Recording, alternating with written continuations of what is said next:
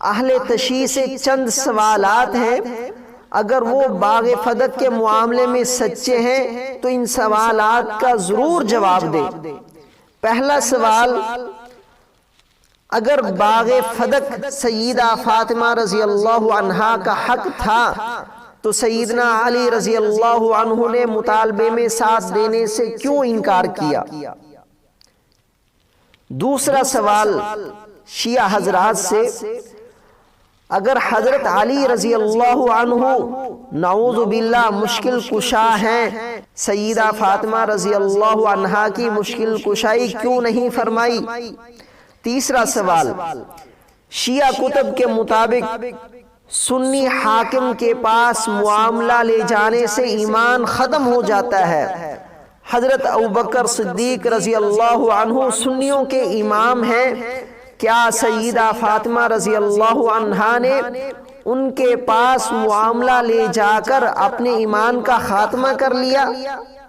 چوتھا سوال، کیا سیدہ فاطمہ رضی اللہ عنہا پر نعوذ باللہ مال کی محبت اتنی غالب تھی کہ حدیث سن کر بھی ناراض ہو گئی؟ پانچواں سوال،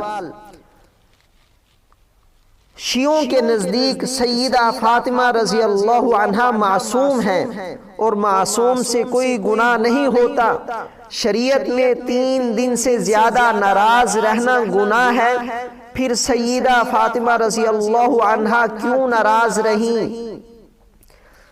چھٹا سوال، اگر سیدہ فاطمہ رضی اللہ عنہا سیدنا صدیق اکبر رضی اللہ عنہ سے ناراض تھیں تو پھر ان کا بھیجا ہوا مال کیوں قبول فرماتی رہیں؟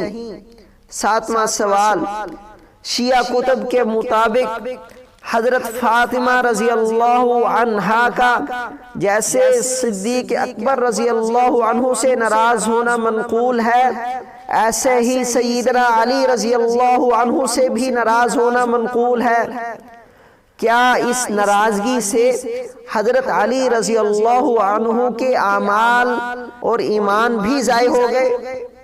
آٹھواں سوال، بعض لوگ کہتے ہیں کہ حضرت علی رضی اللہ عنہ نے اپنی خلافت کے زمانے میں باغ فدق آل رسول کی ملکیت میں اس لیے نہیں دیا تھا کہ غصب شدہ چیز واپس لینا شان امامت کے خلاف ہے، اس لیے ہمارے ائمہ غصب شدہ چیز نہیں لیا کرتے۔